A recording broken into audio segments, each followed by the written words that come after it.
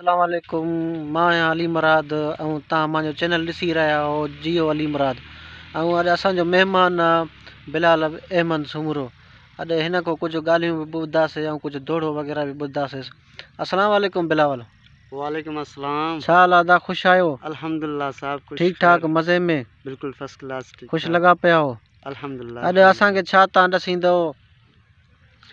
तव्हांखे पहिरियां बि त ख़बर आहे त असां वॾा फैन उस्ताद ग़ुलाम हुसैन उमरानी साहब जा आहियूं। जी जी। हींअर बि उस्ताद ग़ुलाम हुसैन उमरानी साहब जो हिकिड़ो दोड़ो आहे जी जेको असां तव्हां नाज़रीन खे पेश करण वारा आहियूं। जी जी। उस्ताद ग़ुलाम हुसैन दोड़ा त काफ़ी चया आहिनि ऐं सॉन्ग वग़ैरह काफ़ी चया आहिनि, लेकिन कुछ अहिड़ा सॉन्ग आहिनि जेके असां बिल्कुलु अॼु बि यादि आहिनि और बिल्कुलु चवंदा रहंदा आहियूं। जी असांजी इरशाद कयो असांखे। जी हाँ, उस्ताद ग़ुलाम हुसैन चवंदो आहे, मेरे प्यार दे विच मशकूक न थी नहीं अॼु ताईं गलत निगाह की थी, तेरी हर मुलाकात में इंज की थी जिवें मूसा नाल खुदा की थी, ना फर्क किता कोई पूजा दा ना खतरियां दी परवाह कीती, हिक ते को रब नहीं कह सगियां बाकी सारी रस्म अदा कीती, जिंद जीवें छाला सुख माणे ते फरह तेरास ते ढेर होई, करे राज दिलां दे सजना ते सारी जिंदगी दुश्मन जेर होई, हर ख्वाहिश पूरी थी पोवई लब चोलण दी बस देर होई। बंद करे साहब। मैं शाकिर यार दुआ मंगदा उथ पैर होवई जिथ खैर होवई। माशाअल्लाह माशाअल्लाह।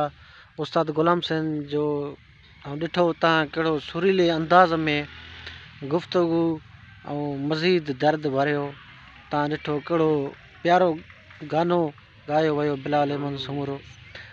त हे दोड़ो ॾिठो वञे त माशाअल्लाह जेको शुरू में ग़ुलाम हुसैन चवंदो आहे त हे दर्द भरो दोड़ियो हुयो ऐं तव्हांखे ॾसियोसीं त हे बिलाल अहमद सुमरो असांखे इन प्रोग्राम जियो अली मुराद जी में ख़ुशि आमदीद कयोसीं। असांजो कुझु न कुझु जियो अली मुराद प्रोग्राम में कुझु इनवाइट करे बिलाल अहमद खे कुझु ग़ुलाम हुसैन जो दोड़ा वग़ैरह ॿुधाया वञनि।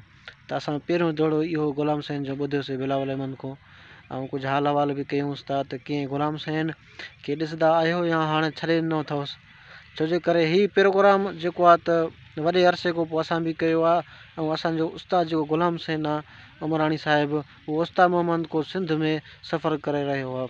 पहिरियों त हिन जी पैदाइश सिंध में बलूचिस्तान जे नंढे शहर उस्ताद मोहम्मद में हुई जेको सिंध जे नज़दीक आहे, ॻड़ी खड़ो जंहिंजी नज़दीक अचे थो, त उन्हनि जी भिक्षा ई अचे थो।